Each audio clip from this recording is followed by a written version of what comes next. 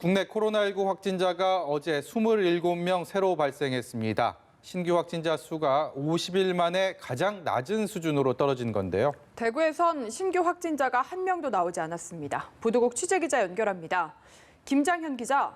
네, 중앙방역대책본부가 발표한 국내 코로나19 누적 확진자는 1,450명입니다. 어제 하루 27명이 늘었습니다. 신규 확진자 증가폭이 발표일 기준으로 지난 2월 20일 이후 50일 만에 처음으로 30명 아래로 줄었습니다. 지역별로 보면 어제 대구에서는 신규 확진자가 한 명도 나오지 않았습니다.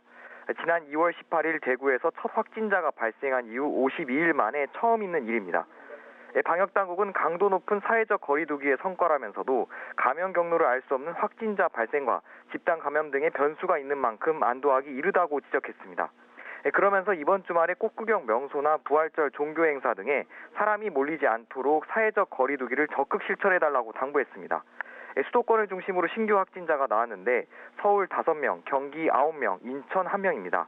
서울 서초구에 있는 주점 니키드 소울과 관련해 확진자가 1명 늘어 모두 5명이 됐습니다. 경기 평택시의 와인바 언와인드와 관련해서도 1명이 추가돼 확진자가 18명으로 증가했습니다. 신규 해외 유입 사례는 5명입니다. 격리 치료 중인 환자는 어제 하루 121명 감소한 3,125명입니다. 중증 상태 환자는 20명, 스스로 호흡을 하지 못하는 위중한 환자는 51명입니다. 누적 완치자는 7,117명으로 7,000명을 넘어섰고 완치율은 68%로 높아졌습니다. 한편 완치 후에 다시 양성 판정을 받은 사례가 지금까지 91명으로 집계됐습니다. 특히 경북 봉화군에 있는 푸른 요양원에서는 지난 6일 이후 11명이 다시 양성 판정을 받아 방역당국이 심층 조사를 벌이고 있습니다. 검사 중인 의심 환자는 211명 감소한 15,298명입니다. 사망자는 4명 늘어 모두 208명이 됐습니다. 네, 정부가 해열제 먹고 공항 검역을 통과한 유학생 검역법 위반 혐의로 고발할 예정이라면서요? 네, 정부가 지난달 25일 해열제를 먹고 인천공항에 도착해 특별 검역을 통과한 10대 유학생을 고발 조치할 예정이라고 밝혔습니다. 미국에서 들어온 이 유학생은 입국 당시 제출한 건강상태 질문서에 증상이 없다고 기재했습니다.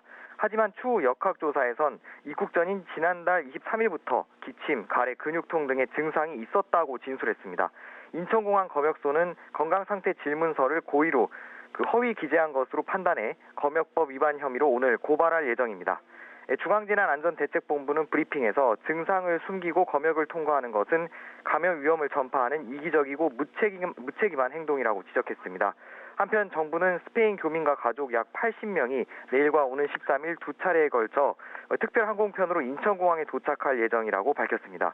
입국 후 의심 증상이 있는 사람은 인천공항 내에 설치된 개방형 선별진료소에서 증상이 없는 사람은 별도로 마련된 임시생활시설로 이송돼 코로나19 진단검사를 받습니다.